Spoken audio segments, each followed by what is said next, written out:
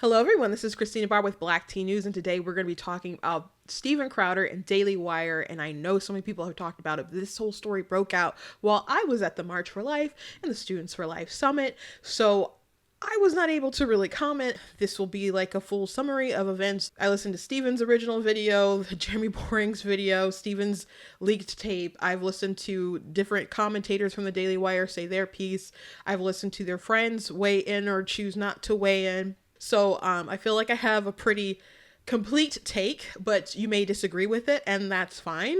But this is my space. I get to say what I want to. So hopefully this is enlightening or at least entertaining, and we can agree to disagree if we don't agree. But frankly, I don't think Mug Club or Daily Wire is gonna be like, get this girl on the phone after I do this video. I definitely think that there are problems with both parties in this, though I do feel that someone was more wrong than the other. But before I jump into it, I want to encourage you guys to go to blacktnews.com, check out different content on my website, different articles, different videos, different merchandise. If you like what I do here, please consider leaving a donation at blacktnews.com/donate. It does cost a stream, run my website, all that good stuff. So if you would like to support, I very much appreciate it. Make sure you guys are dropping in your email on the email list. So big tech separates us. I at least still have your email and you can find out what I'm doing. And I'm also proud to say that my book, of course, God is Blatantly Against Abortion, is available for pre-order for ebooks. If you're interested in a paperback version, that is going to still take some more time. So make sure that you're signing up for updates on the website so you know what's going on. I will have plenty of clips in here, but you are more than welcome to go watch everything that I watched to get a full sort of perspective. But I figure not everyone has that sort of time, and I didn't really have all that time, but hey, this is what I do. So here we go. And I will be breaking all this down into different sections of my video. So first things first, the summary. So first of all, Steven made a video, Stop Big Con, where he said, I don't normally attack people from the same side of the aisle, but hey, I feel like I have to do it.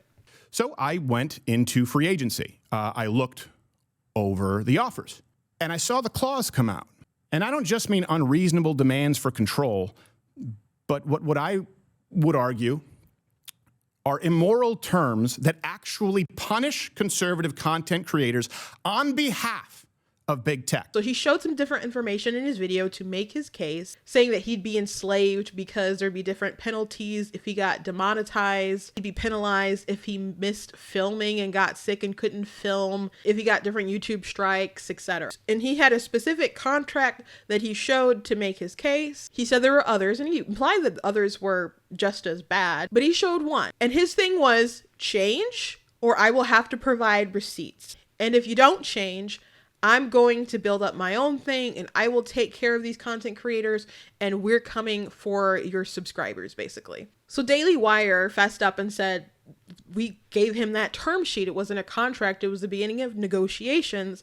And we thought it was a fair deal and Steven didn't like it. And we went back and forth. We offered him $50 million for 4 years, and Steven didn't like it. And Jeremy fessed up to, like, yeah, we said, if you get demonetized and we don't get that revenue, then we want to both eat the costs of what's going on, not just we lose money. So Jeremy made it seem like Steven was really naive and tried to make it seem like maybe Steven, he's a very passionate guy and he didn't mean to do what he did so maliciously, but he's wildly naive and doesn't understand how this business sort of works and he should have negotiated. Then Steven provides receipts and he has a recording of Jeremy explaining, in my opinion, what we already knew, that yes, they're going to give you less money if you hinder one of their revenue streams, which Steven acted like it was a smoking gun. So then it transformed into, wait a second, you recorded your friend?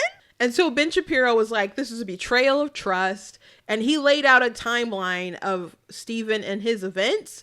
And the timeline doesn't look great. And so apparently he registered to Stop Big Con before he even made that call with Jeremy. And apparently, according to Jeremy, their negotiations had fallen through by that time. So it really seems like he, at that point in time, he had set them up for that call. So tons of people weighed in. Folks at Daily Wire felt it was betrayal, especially Ben, especially Jeremy. Candace Owens weighed in because it's a bad reflection on the company, and it also is a bad reflection on the talent, because if they're saying that they're beholden to big tech, it compromises like the integrity of the other panelists. So Candace inserted herself. I thought Tim Pool had a pretty decent take, though I felt like he really kind of softballed Steven on his show, and we'll get to that. Michael Knowles was tweeting some things, but then he ultimately decided to not say anything on a show, which Steven's let it be known that if they keep coming at him, he's going to hurt them. At a certain point, my tolerance will run out. So send 4, send 5. At a certain point, don't send anyone you expect back in one piece. Daily Wire is being accused of being compromised, and Steven Crowder has this very purist sort of mentality as far as the big tech stuff. So the question is, are they selling out? And is Steven correct in his purity? Is his take correct?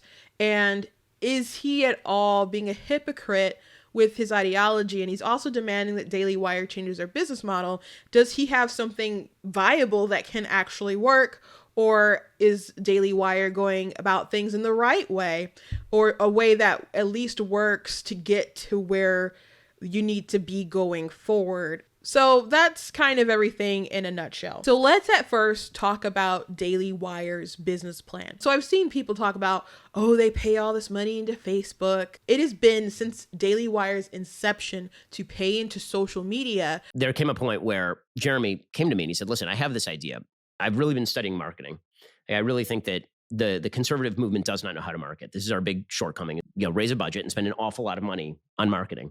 And so we went to the board of the David Horowitz Freedom Center and we tried to explain this to them. And finally, one of them turned to me and they said, what's your plan? What do you want to do? And I said, okay, here's our plan.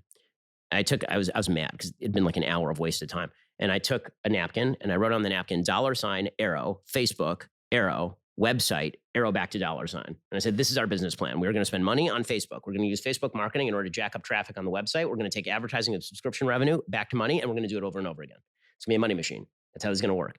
So that was our entire business plan. They fired Jeremy the next day, and I quit in solidarity.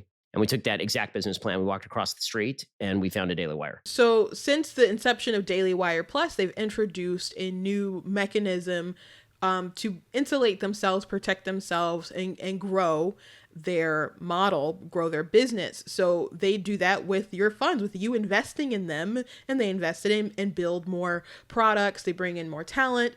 And they're now investing into kid shows, etc. But they haven't given up on investing in social media. And who doesn't really invest in social media some kind of way, interacting with social media to have, whether they have a Facebook page or whether they buy ads, etc., or just push content on here so they can push you behind some kind of paywall. But before, you'd have these different content creators who would have some sort of benefactor, or they might get paid through some kind of nonprofit, but people were like at the mercy of donations rather than producing some kind of content subscription model. So they definitely are still investing in big tech. So I really don't think it's a secret. You can disagree with it, but I don't think there's something nefarious going on. So the goal with Daily Wire is to build a parallel economy, as Eric July keeps saying, to continuously make new content, to make things to compete with the outside world. So they are working to build an alternative, but they are just not there yet. They don't have enough content to compete with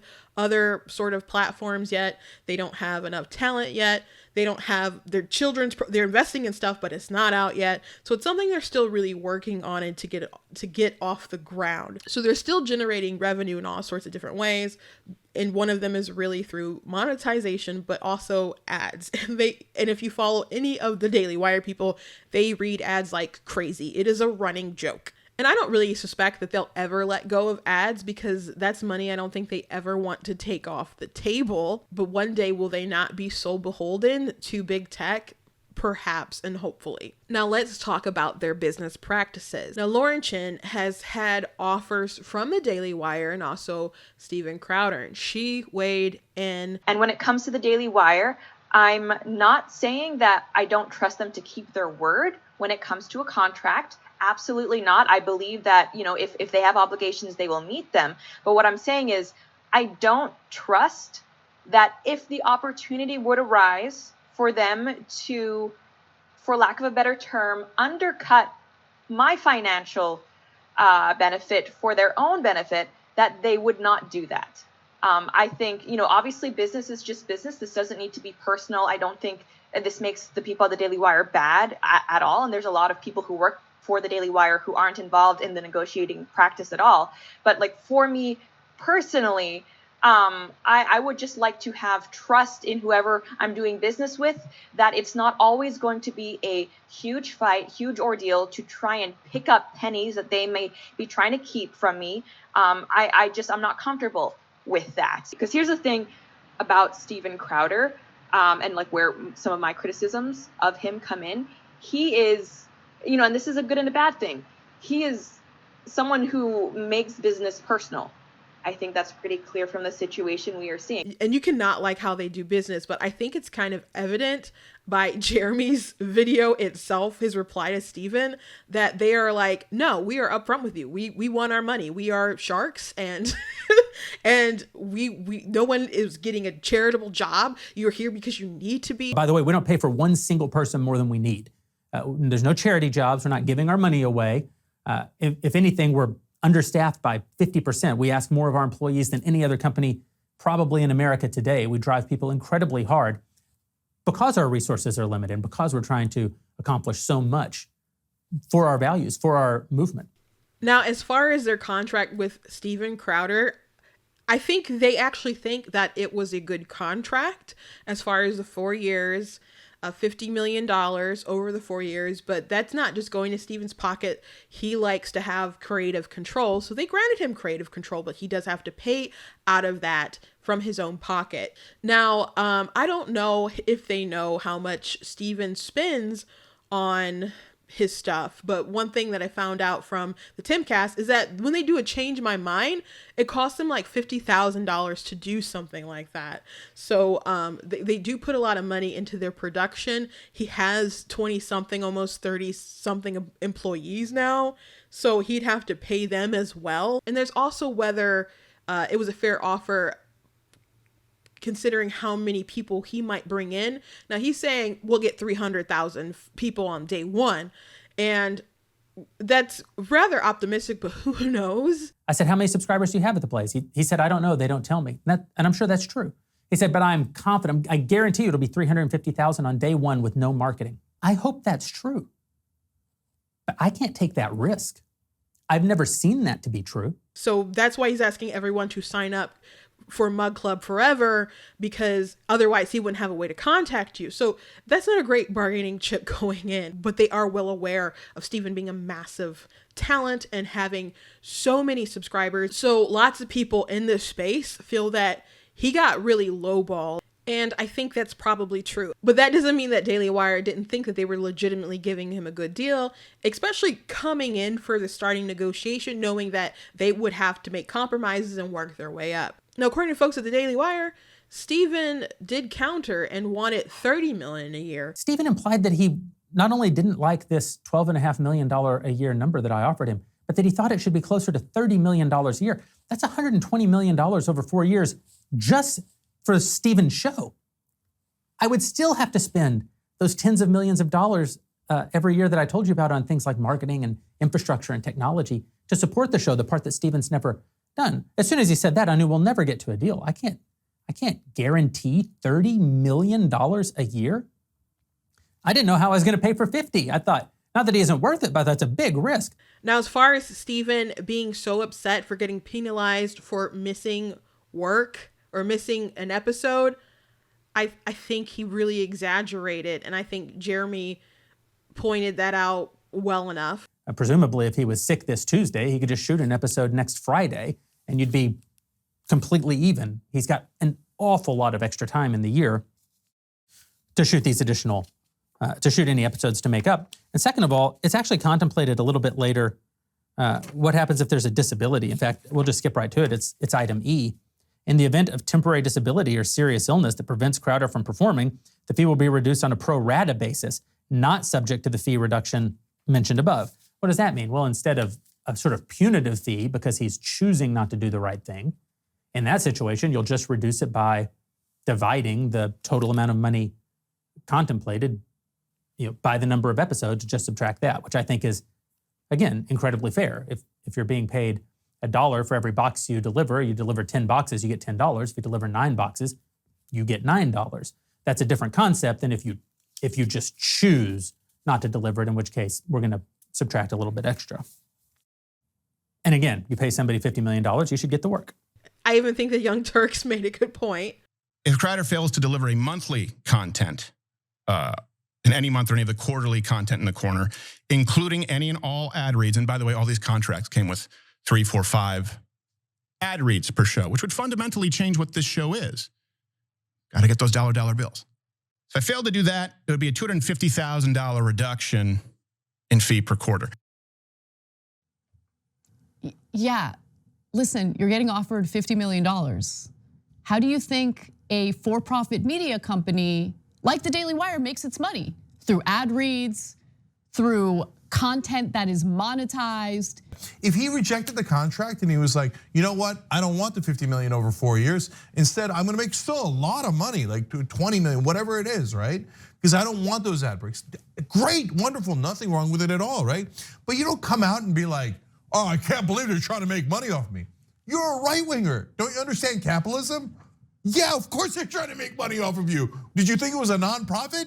Did you think it was for charity? So he did originally complain about being penalized for not producing all the work that you're contracted to do. So can't just ignore that. But as far as the demonetization, their attitude was, if we get paid less, you should get paid less. I brought this up to Stephen on the phone, and I said, Stephen, if we guarantee you $1 and the show makes $1 in ad revenue and $1 in subscription revenue, then how does the money work? Well, it works that $2 come in, you get your guaranteed $1, we get $1. What do we do? What do you do with your $1? Well, you produce your show and you pay yourself.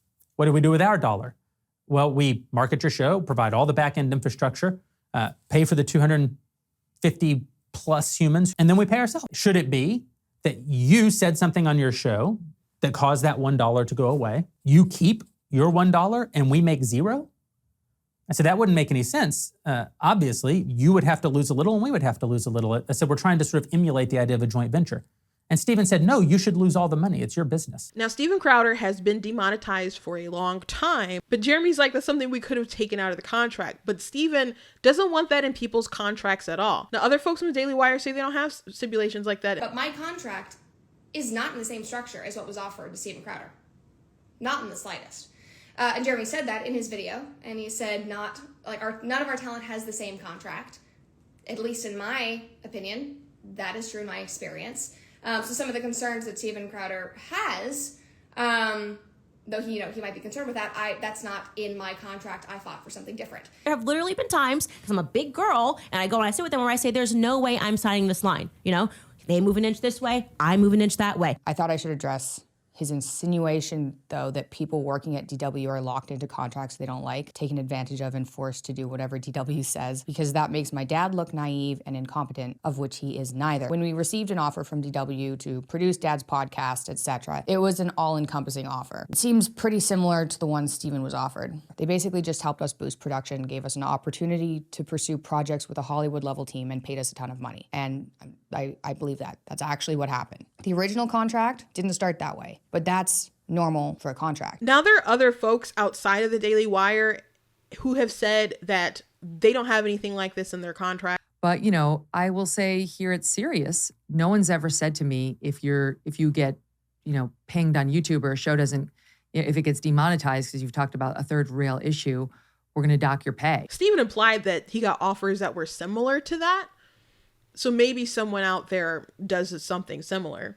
Now, I believe that they could have negotiated, and Jeremy let it be known that they could have negotiated and got some of the stuff that he didn't like out of it. But according to Jeremy, they just wanted a number and didn't want to really go back and forth like that or redline different things out of the term sheet, etc. Now, other talent from Daily Wire took 5 months negotiating their contract. Now, Tim Pool, he negotiated with Daily Wire and they could not come to any sort of agreement. Okay, you run things the way you do it, and now I'm going to run my stuff over here. That's not what Steven wanted to do. Now, Daily Wire's thing was, we are not your benefactor. We are going to share some of this risk. And not everyone does stuff like that. Not everyone, behaves in that sort of way.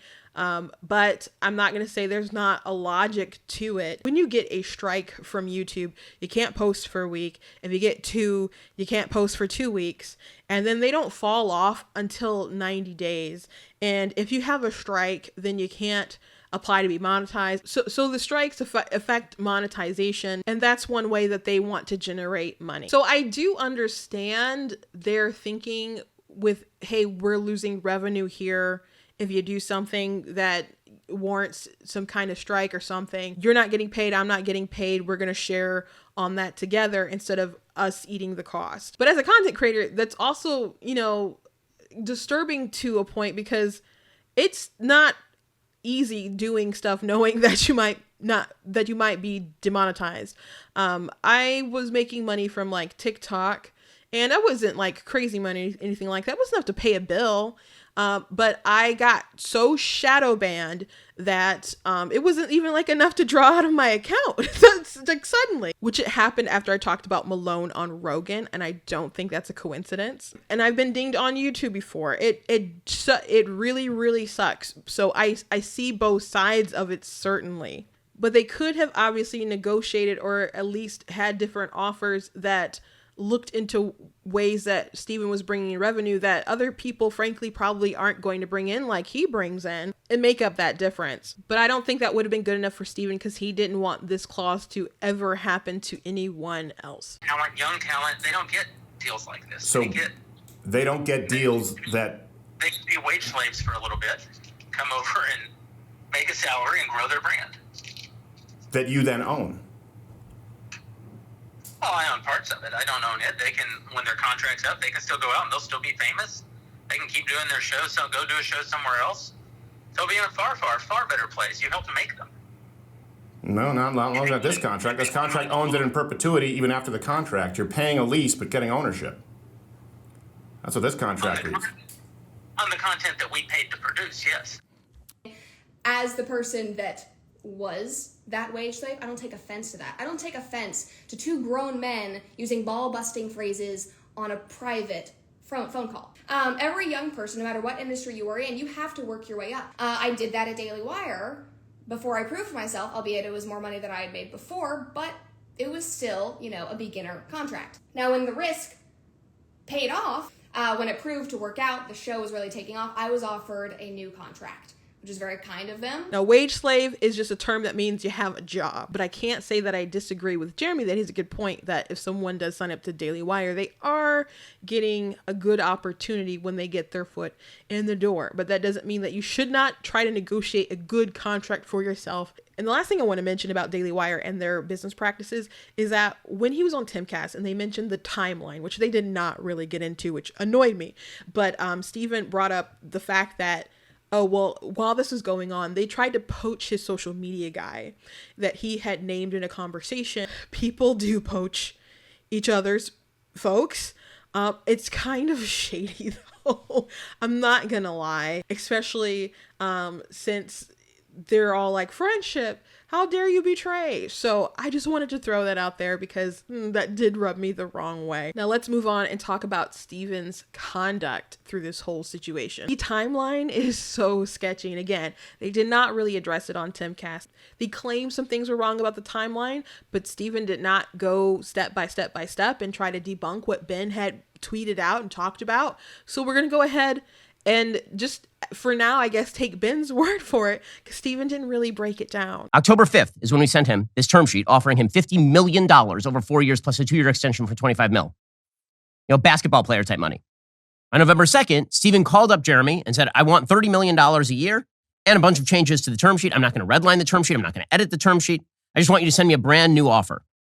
On November 6th, 4 days later, remember, this is after he's already sounded off. He's got the term sheet. He's had it for a month. November 6th was election night. You'll recall, if you're a Daily Wire fan, Steven Crowder appeared on our election night coverage. Everything was very friendly. Everything was very chummy. Everything was great. November 14th or thereabouts, we decided that we couldn't meet his demands, that his demands were not rational in business terms, that he wanted too much money, and all the rest of it. So we let him know, no hard feelings. We're still friends. So November 14th or thereabouts, we told Steven that we couldn't meet his demands. Fast forward another month, December 12th. he registered the site Stop Big Con. Hey, that's when he registered it. Remember, October 5th is when he received the terms. November 14th is when we said we could not meet his demands. December 12th is when he registered Stop Big Con because he knew that 3 days later he was going to be announcing that he was leaving the Blaze. He needed a plan, and attacking us was the plan. December 15th, he announced he was leaving the Blaze. A month after that, he texted Jeremy in friendly fashion to ask if they could talk. On January 9th, he called Jeremy and proceeded to tape him. Without permission, without Jeremy's knowledge, he proceeded to tape a person who was supposedly his friend. And remember, this is all based on the passion of the upset that he had over a term sheet that was submitted to him on October 5th. It is a month. It's actually 36 days after. So January 17th is when he launches Stop Big Con. So just to get this straight, just to get the timeline straight, because this is what we would call a premeditated move in an attempt to grow your email list. This means 104 days elapsed between when Steven Crowder received the term sheet that we submitted to him and when he launched Stop Big Con. 104 days. Do we allow it when James O'Keefe does it? Is it only when corruption is on the side of the left? Project Veritas goes after enemies. They go after shady corporations and Congress people or whoever to expose them. And so, yeah, Stephen obviously wanted to expose them and set them up to expose them. But I don't see it as the same thing. Now, recording your business conversations, you know, to keep notes or whatever, just protect yourself. I could understand that, but that's not what this was. Or it doesn't come off as being that. It came off as him doing a sting operation on his friend. Now, if you think that's the same as David Daleiden doing that to Planned Parenthood so it can uncover baby body parts, or Project Veritas going to Pfizer or CNN or something, I don't know how we're going to quite find middle ground on that. Unless it's just evident that at that point you accept that Steven Crowder was treating these people like an enemy. He had a lot of support, and I was behind him too with that. And a lot of the things that he came out with that first video makes a lot of sense. And then the phone call dropped. I think that's where he lost a lot of people. I don't agree with how he dropped that, but I mean that's Steven. Yeah, I don't have a problem with it. It's total. It was legal at that point. They had not. It was a hostile conversation from the get-go. They both felt like it was hostile, so I don't see why it's that crazy to record a conversation. I wouldn't have done it that way, but I'm not Steven Crowder, and yeah, well, it's just how he operates. They don't get deals that They can be wage slaves for a little bit, come over and make a salary and grow their brand. They can be wage slaves for a little bit. They can be wage slaves for a little bit. I think he was probably trying to describe, again, I have no idea, the different mentality between getting talent like Steven Crowder and trying to get him in a contract versus getting talent that's new and is looking to become a Daily Wire because they basically absorb all of the benefit. Again, I don't know, but it is exactly what he was saying. That's probably what he was saying. Yeah, and now he excerpted wage slaves as if he was these slaves that are working for me. Jeremy was saying that if a new person with no audience comes to Daily Wire, they're basically going to put them on a contract with a wage, and then they're going to own all the content that they say they're going to own. Then when the person's done off the contract, they can go continue to be famous and successful, although Daily Wire will still own the stuff that they paid for to get produced while that person was there. And he used the term wage slave. Now, I'm with you. I don't think the term, the words themselves are that big of a deal. No, but he wants it to come across like a big idea, like it's a very big deal because he's relying on business ignorance. He keeps doing this. Now, as far as Steven Crowder doing the video at first, he didn't name names. Sure. But Candace Owens said that she recognized things in the contract. Now, he let it be known that it wasn't the Blaze. If you followed Steven for years, I don't think he'd entertain going back to Fox. Maybe he would, but that's not where my mind would go. Like, immediately, I started questioning, like, is he talking about the Daily Wire? Now, he's saying there's other people who are getting into the space that we're not aware of, and he got other offers. But he didn't talk about other offers, really. But he pointed out Daily Wire's term sheet. He redacted parts of the document. He didn't name us by name, and I'm sure on some level that was meant as a courtesy. But all it really did was create suspicion in our audience. I know a lot of you have been out there defending us, saying, well, this couldn't have possibly been the Daily Wire. I don't want to be the guy who 3 weeks later, Steven or someone else says that it was the Daily Wire and you feel betrayed. Like, why'd these guys leave me out to dry? I appreciate your impulse to defend us, but we don't need to be defended. This is a fair offer. It's an offer that would have been negotiated. I would have paid him more. The fees would have been lower. Fee would have gone up. Penalties would have gone lower. Number of work days probably would have shrank. He would have done a little bit less content, and we would have inched our way like this, either to a deal or not to a deal. So this is the last call to those conservative businesses in on the big con. You have a chance. Join me in making this right. You know you've lost your way. It's never too late to correct the course. We can all work together and fix this. It doesn't have to be this way. It doesn't have to be this way. And if not, hey, I'll do it without you. And Mug Club is coming for all of it. You join me in letting them know that there are far more of us, far more of you than of them. Demand change, demand better, be a signatory. That's what this is. It's not just entering in your email. I am going to march into these people's offices, these nameless, faceless people's offices, with your declaration and the number of you who exist. Those in Big Con are personally going to know just how many of you are equally pissed. So he's making a threat. So people who were like, well, Daily Wire didn't have to come out and say anything. I guess they didn't, but can't you certainly understand why they felt that they had to set the record straight, especially since people were speculating. And then people are starting to question Daily Wire and saying, well, you know what? Candace isn't like she used to be. You know, she's not as edgy as she used to be. Or Ben, he was pro-vaccine. Or I don't hear them talk about election integrity like I think they should. So people start to say, are they already so compromised? And that's why they're not talking about these things, which are things that different hosts talk about. They have differences of opinions across the different hosts. I was so frustrated and angry at Ben Shapiro and some of his comments that he made early pandemic. So believe me when I say that I'm not on the same page as these folks, but I do understand that they have opinions that are different than mine, but I don't think that makes them less conservative because they're wrong on some situations. I've definitely criticized these people at times, but that doesn't mean that I'm ready to throw the whole baby out with the bathwater. And I still think that they take controversial takes that not everyone's willing to take. And though I've definitely noticed that they dissed Steven Crowder in Jeremy's initial video, it was more like, this is a misunderstanding, he didn't understand the contracts and we should have negotiated, etc., blah blah blah. But it really didn't get super personal until the recording thing, which I do think breached a different level. Now there's also the accusation that Steven Crowder treats his employees terribly. Wasn't it Steven Crowder who also screwed over somebody he used to work with? Was it not Gay Jared because he had him tied up in a contract? Wasn't that Steven Crowder who did that? So is he supposed to be the moral high bar? Are we not supposed to call him out for that? Here's the thing. Steven, why don't you release Not Gay Jared from his NDA and allow him to talk about how he felt he was treated by you? Because I know that at the Blaze, everyone says that you're actually not that nice. You treat people poorly, but you bring in so much revenue that everybody just has to take it. And a lot of people are asking about Not Gay Jared in the comment section. Can you guys clear up what's happening in that situation? Some people are saying that there's an NDA. Yeah, well, that's the thing I think Candace brought up, right? Again, there's a difference between roping in third parties versus single party consent. I think he tweeted out what happened, where he left, right? Not Gay Jared. He tweeted out that he left. It was his own decision. We did a whole send-off with him in a video montage. This works with conspiracies. And sometimes, look, there's also a middle ground where there's, for example, what is the email, by the way, if people are talking about shows? So, Mr. Piccolo, what are you going to teach me today? A brand new technique? How to sense energy? What about how to fly?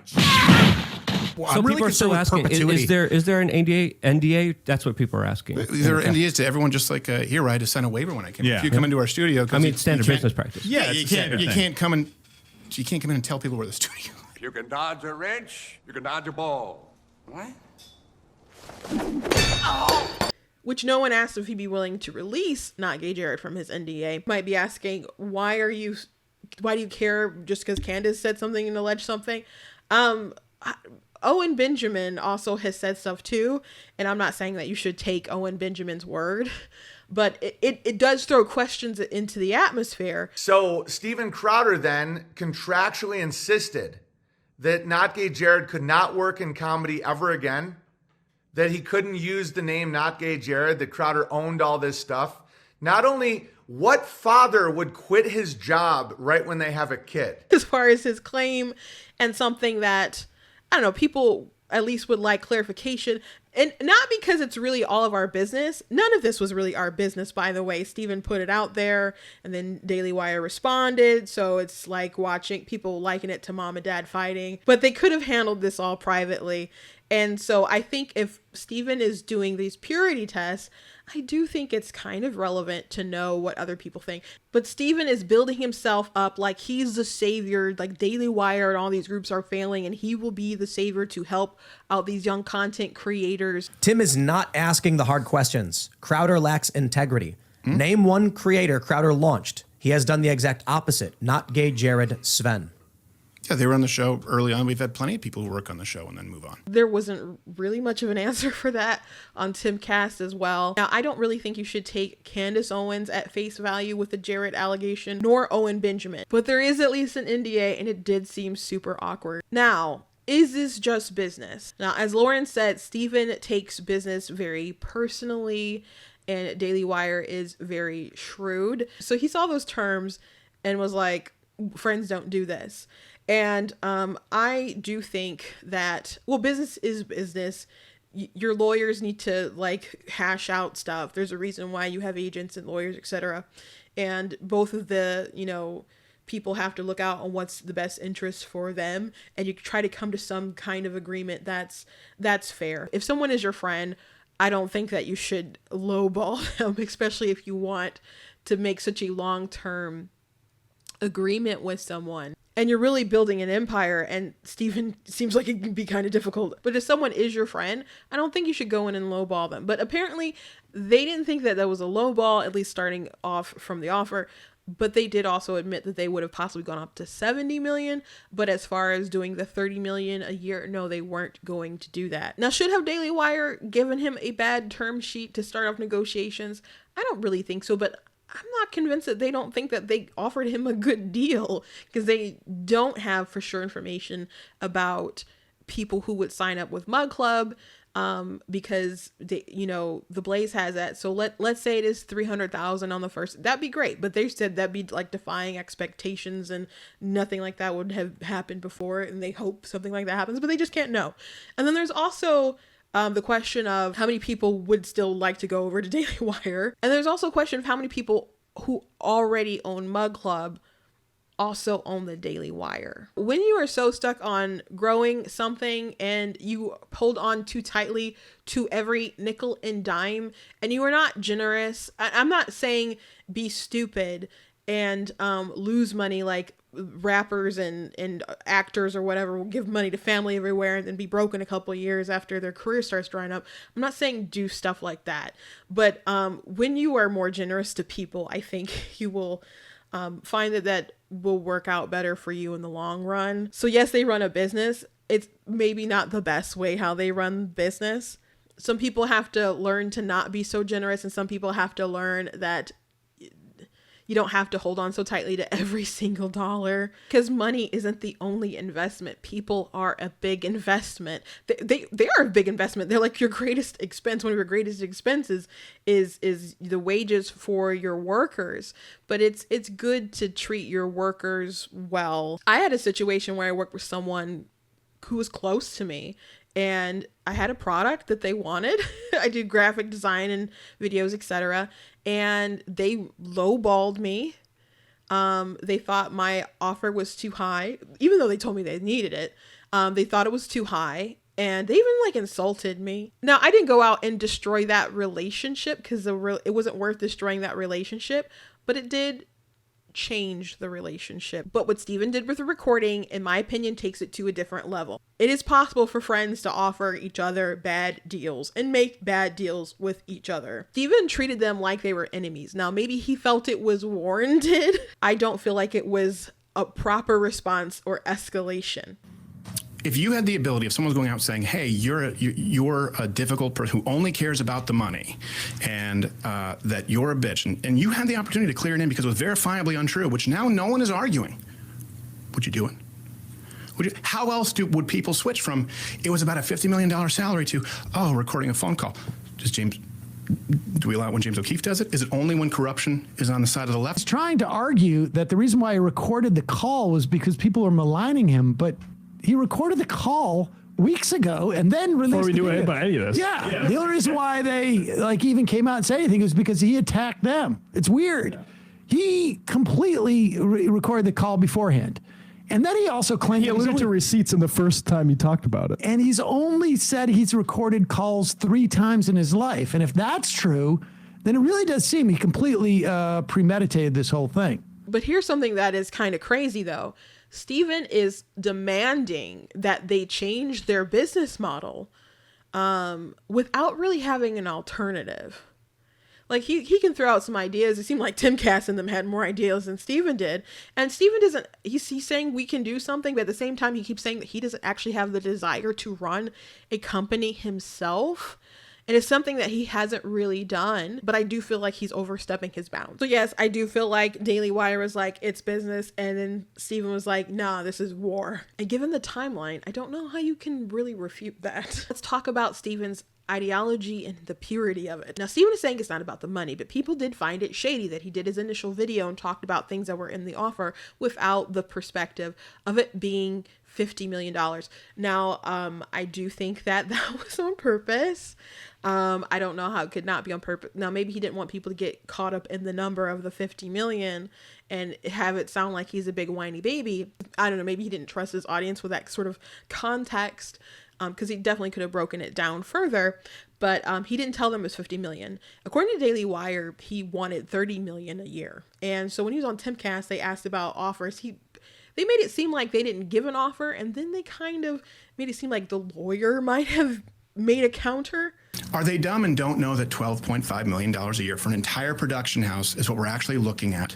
Or are they lying when they say it's basketball money and $50 million salary? I think Candace Owens at one point got up to like 140 or something on the, I don't So really. you said you wanted 30 million a year or 140. And the only reason people know that's not true, and you've seen the transcript, you ever see me once say, hey, it's about more money? There was never an offer. Why would you say that? After I said, look, it's a non-starter if you don't change these terms, and please tell me that you're not doing this with other people. There was never anything after that where it was, of course, the non-starter. Let's just be clear. The transcript he's talking about is the phone call that he recorded. I mean, and that was months later. If Crowder just came back and said, we're not looking for any more money, I just want to negotiate this thing,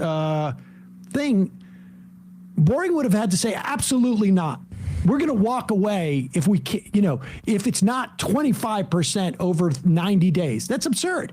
The only reason why Boring would have offered him $50 million and then walked away is because Crowder said, I want 3 times that. Yeah, there was never any counter offer from us. What Steven said was basically, look, guys, these are the terms that we have a problem with. Right. And if this, I don't care what the contract says dollar-wise. If these terms are in there, that's bad, and you need to start again. This has to be pulled out. So there was no counteroffer, because I'm seeing a lot of you guys say there was the agent. I think my agent. The first they sent this term sheet. The agent said, "Well, if you're talking about 100% ownership, by the way, in perpetuity, forever, meaning, and it's a 6-year contract with no option to negotiate. They have an option to extend for 2 years, 6 years, locked in at that rate. And again, how do you penalize someone for money that they don't make? They're not going to lose. Wait.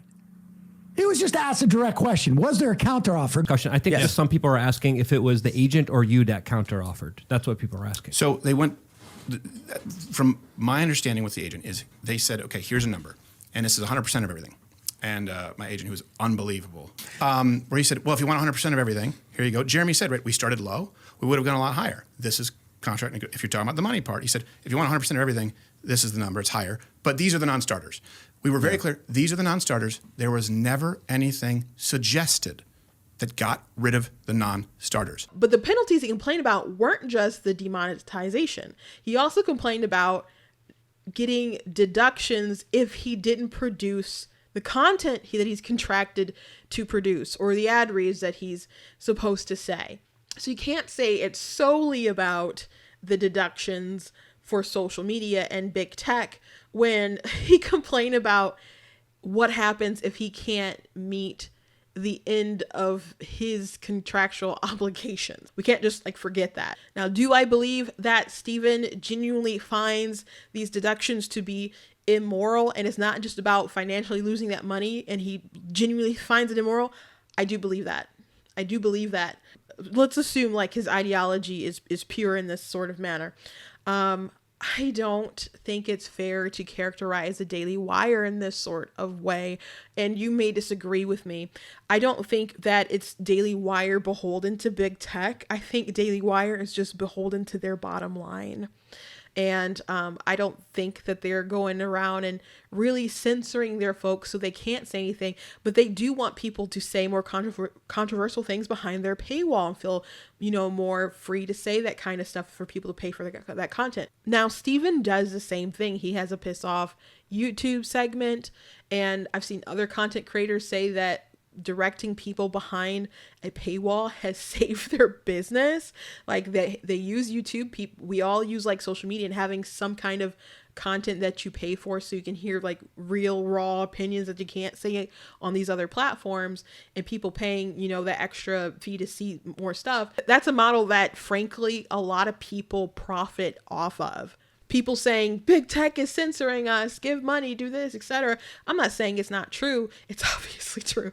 But people do use that to their gain, just like something might happen in politics and then you'll see someone with a donation email immediately. Now, it's good still for them to fundraise off that stuff, but there is a mechanism at work. Like everything is business. And again, there's things that Ben says like I don't agree with, and people might be like, well, they don't cover this, but someone else on the show covers it, or they might say it behind the paywall, and maybe you don't pay for Daily Wire, so you don't know, or you don't follow everyone religiously, so you don't know what they all say as a whole. If they were controlling each other differently, I think Candace would have been forced to act differently as far as the Kanye situation. I'd also like to address the fact that Dad retweeted Steven's video to add to the drama, because Steven sent it around and Dad does that to support Steven because we like him. But when Dad found out what the video was, he deleted the tweet. DW actually asked him not to delete it because they said it would look like they had asked him to delete it. But at that point, he'd already deleted it. So that's the story of the tweet.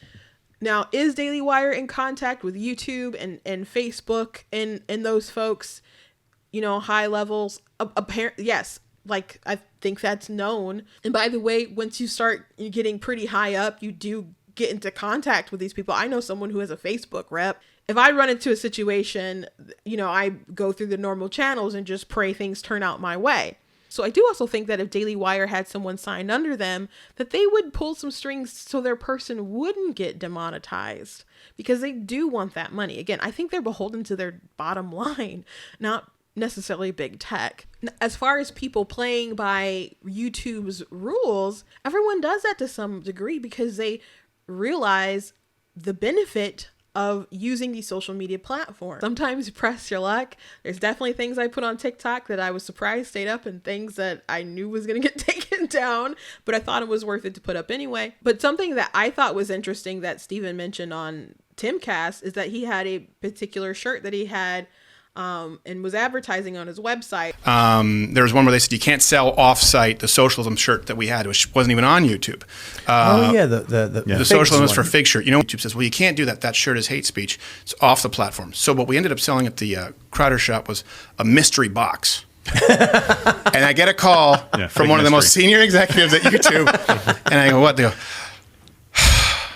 we know what's in the box. So that's wild to me and a bit scary that YouTube is like, something on your website we don't want on your website.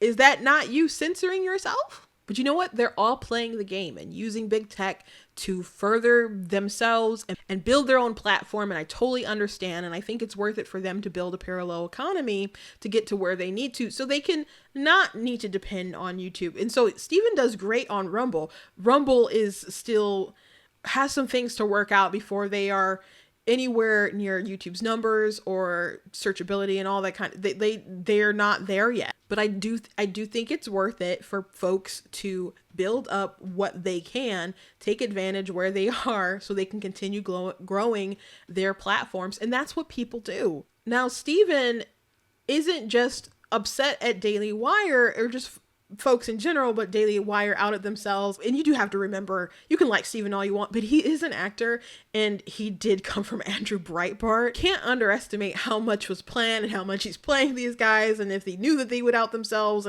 he did have the recording, he did pre-plan stuff. So just don't think that, Steven is an innocent party in this. He's definitely waging warfare against these guys, but he's telling their audience, well, you invested in Daily Wire. They said they were fighting big tech. Does this look like they're fighting big tech? He's saying these things, and you can think they're fair questions, but it does seem pretty obvious that he is trying to drive away people from these platforms if they do not conform to his business demands and his business models, which he doesn't actually have. He just has demands, but he doesn't have something set up himself and has never set up something by himself. So if you're like, oh, Steven's just doing his thing, he's going to war, and you can be on his side and you can stick up for him and think he's doing the right thing, but I'm gonna be honest about what I'm observing. And something that I thought was so kind of crazy, to be frank, and narcissistic, and there were moments when I watched Steven's like original video, I'm just like, is he okay? When he played Jeremy Boring's recording. Here's the thing, Daily Wire, Jeremy, and I really do hope that we can talk at some point. Please, you can pick up the phone. How are they supposed to get to the table when they can't walk across the bridge because you burned it to the ground? Now, maybe they can work it out. But guys or something, they on the playground, they can duke it out and be best friends the next day. I don't know if this is one of those situations where you're just like, oh, you caused a big spat. You caused people to, get off of my people canceling subscriptions. You said you're coming for those subs and you threaten us, but you know what? It's okay. Even though you said we're in the pocket of big tech, I don't know that you just really come back from that. So to be like, I expose you, you're dirty rats, but you can still come back to my table. I don't know. I just thought that was really narcissistic and troubled. And you can disagree, but it really weirded me out. Now let's talk about them playing games. Now, Steven says they mentioned the money because they wanted to distract from the conversation about the censorship. And that's what people who are supporting Steven are saying. They just wanted to distract everybody instead of addressing the issue. Jeremy did address it. They're not backing down. They think what they're saying is fine. What they're doing is fine. You lose money. We lose money, you lose money. Like, it's a joint venture. You got to have some skin in the game. So they're not walking that back. They stand by that. So I don't really think that's a fair point. And obviously it does involve money because because these penalties do involve money. And the fact that you have these penalties impacting your money is why they think that you would alter yourself. And you could always just bite the bullet and be like, I'm standing up for my ideology. When the truth is that you could just say things and push the envelope a bit and then direct people behind the paywall, which is what everyone pretty much does, including Crowder, including Daily Wire. Again, Steven did fail to mention the original offer, which people did find shady. Steven was really coy about the counter offer with a 30 million. He was playing games, seems to be playing games with that. Steven failed to justify and walk through the timeline on Timcast. That was really, really frustrating and really annoying. He changed the subject, so instead of talking about the timeline and his shady actions with the recording and stuff, it became about Daily Wire and the poaching of his employee, which granted, I was disappointed. I did not like that. But he did not walk through his timeline and the registration of the website and how he decided to come to the conclusion that he did, and that it was so premeditated, obviously. He didn't really take accountability for that. And it really did bother me that he's like, well, Daily Wire saying it's just business. And now they're like, it's betrayal of friendship. So is it business or is it personal? And so, as Ben Shapiro always says, two things can be true at the same time, that they did give him a term sheet. They could have negotiated and gone from there. But Steven really did escalate and, in my opinion, crossed the line. And you can disagree with that, fine. And then they're saying that they're sellouts. So that's not something that I think you take lightly, especially in this business, in this sphere of being a conservative commentator. And when people are saying you're getting a grift and doing stuff to collect money, then that puts that really compromises your work that you're doing and everything that you're saying, that is not really your genuine opinion. You're doing it for your audience. There are people in this industry who are not always upfront and honest. And perhaps people closer to the folks at the Daily Wire will say that none of these folks are genuine. I don't know, but I'm just saying it's a really big accusation to throw out there and to throw these bombs at your friends, when I really do feel like he mischaracterized their intent as far as the fines. I don't think it was that deep. I can totally get where he's coming from, but I do feel like it was a mischaracterization. I don't feel like they were serving big tech overlords. I feel like they're just serving their bottom line, and they're trying to get every nickel and dime out of everything. And again, I don't think that's a good thing. I think them taking like all the money from merchandise is crazy. I'm sure that Crowder pushed a ton of merchandise. There's YouTubers who can push so much merchandise. Those are things I'm sure they would have negotiated if they took it further, because I wouldn't have agreed to the terms in the contract, not all of them. So again, I don't think Daily Wire was in the right, but I definitely feel that Steven is more wrong. But one thing that really irked me watching the Timcast episode is that Steven Crowder kept saying, oh, they switched the narrative to the phone call. Bro, you released the phone call. It's called new information becoming available. And what more is there to address as far as the term sheet? Jeremy thoroughly went through it all unapologetically. So Steven has his way of seeing the situation, and they do not agree. They don't agree with his interpretation of the phone call. That's a new thing that has now altered the relationship. Now, perhaps they could have gotten past what happened before, but knowing that Crowder is recording people like that, especially setting them up for Stop Big Con, I don't know how people are going to expect in the future to do business with him. I'm sure someone will, because Steven has a lot of eyeballs on him. But I'd be very careful. I'd be very careful with the Daily Wire, but people, again, negotiate with them for like several months before they come to some kind of deal. So this is my last section. So I said that I believe that Tim Pool had a good take, and this is what I mean. The last thing I'll say is I had conversations with the Daily Wire, and ultimately we decided it wasn't going to work. The difference between my approach and your approach is that I just said, look, I'm going to go build my own thing. Best of luck. I appreciate the work you do. I wouldn't want to do business in the way you do it, but that's your business, not mine. And that's all I did. So overall, even though I didn't like how Steven acted, and overall how I didn't like, Daily Wire's, offers and stuff like that, I do think that they are both net positives, which, by the way, I didn't think this would work out. I didn't think that they would really want Steven. I didn't really think that maybe they would give him some kind of offer and come over. At first I'm like, oh, that'd be kind of neat. But I'm like, I think they're kind of too highbrow for Steven, was my opinion, my take. Part of me is still kind of surprised they got Candace, because sometimes she could say things so controversial. If you still want to like Daily Wire, that's fine. If you still want to like Steven, that's fine. And support their content, but this is like a black eye, and they could have, and I think should have, kept this private, but Steven decided to make content about it. Another thing I want to say is you should follow principles and not people. As much as I'm flattered when people are like, oh, I love you, etc., I'm just a human being, and I can fail you. Maybe this is a pessimist in me, but I don't know, I've kind of learned, like, you admire things about people, and you uplift certain things about people, but you don't hold people to such a high standard, because they can disappoint you.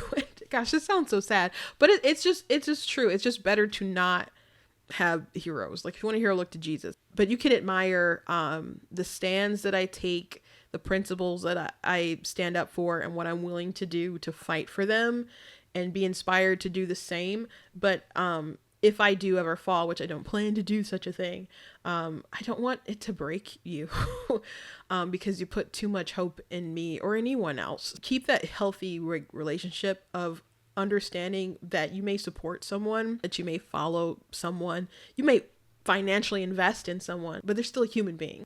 And I will do my best, but I know there's someone out there not doing their best, who may try to take advantage, who may get tempted in all sorts of ways. So guard your heart, like, seriously. And you can go ahead and believe that Steven or Daily Wire has already let you down in that regard. but I do believe that they are both uplifting values and advancing agendas that will benefit us in the end. So I do feel like Steven had an overreaction to this situation. And I do hope that, I guess we'll all move past it, but I don't know if they can mend. And frankly, I don't think that they should mend. I think they'll just go their separate ways and do their own thing. Cause, it's like he pissed on the bridge and then burned it. No, lastly, I want to say, if you disagree with someone, it does not mean that their whole ideology is compromised or that there's some kind of fraud. Maybe they don't have information that you have. Maybe you have information that you are misinterpreting. Maybe you have information that's just false. Maybe they just have a different perspective, and maybe their perspective is wrong, or maybe it's right, but you just haven't come to meet. And that's okay. I mean, someone has to be wrong. And maybe you're both a little wrong. You know, maybe you're both a little right. But not everyone's going to get things right all the time. I'm not right all the time. I try to only speak about things that I believe that it's true and I know things about. But there have been times where I've had to make corrections. I've made mistakes.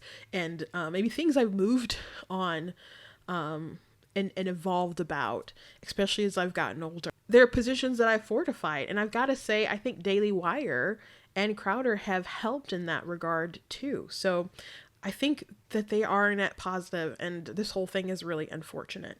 So that's all that I have to say, which was plenty. I hope you guys enjoyed that rundown of everything in my particular perspective, as if you needed one more to add on to it. But I wanted to get my feelings out or they would just kind of be lingering in my head. And hopefully you guys were entertained, even if you like super disagree.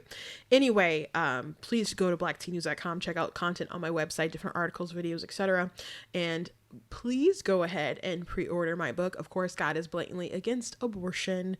I do normally make secular arguments for being pro-life. However, folks who are pro-choice say stuff like life starts at first breath and Numbers 5 is about abortion, and I was just really sick of it. And it goes through theology, philosophy, and science. It makes a lot of great cases and stuff. So please go ahead and pre-order the book. The pre-order is available for ebooks. The books on paperback, it will still be some time before you can pre-order in that sort of way. But if you're waiting for that, please make sure that you go and sign up on the website for updates so you are aware when all that is good. So again, also, if you would like to donate to blacktnews.com, because I do not have Daily Wire bucks or Mug Club bucks or anything like that, you can go to blacktnews.com/donate and support it. You can also go to my store and check out different merchandise on it as well. So God bless you guys, and I'll see you next time.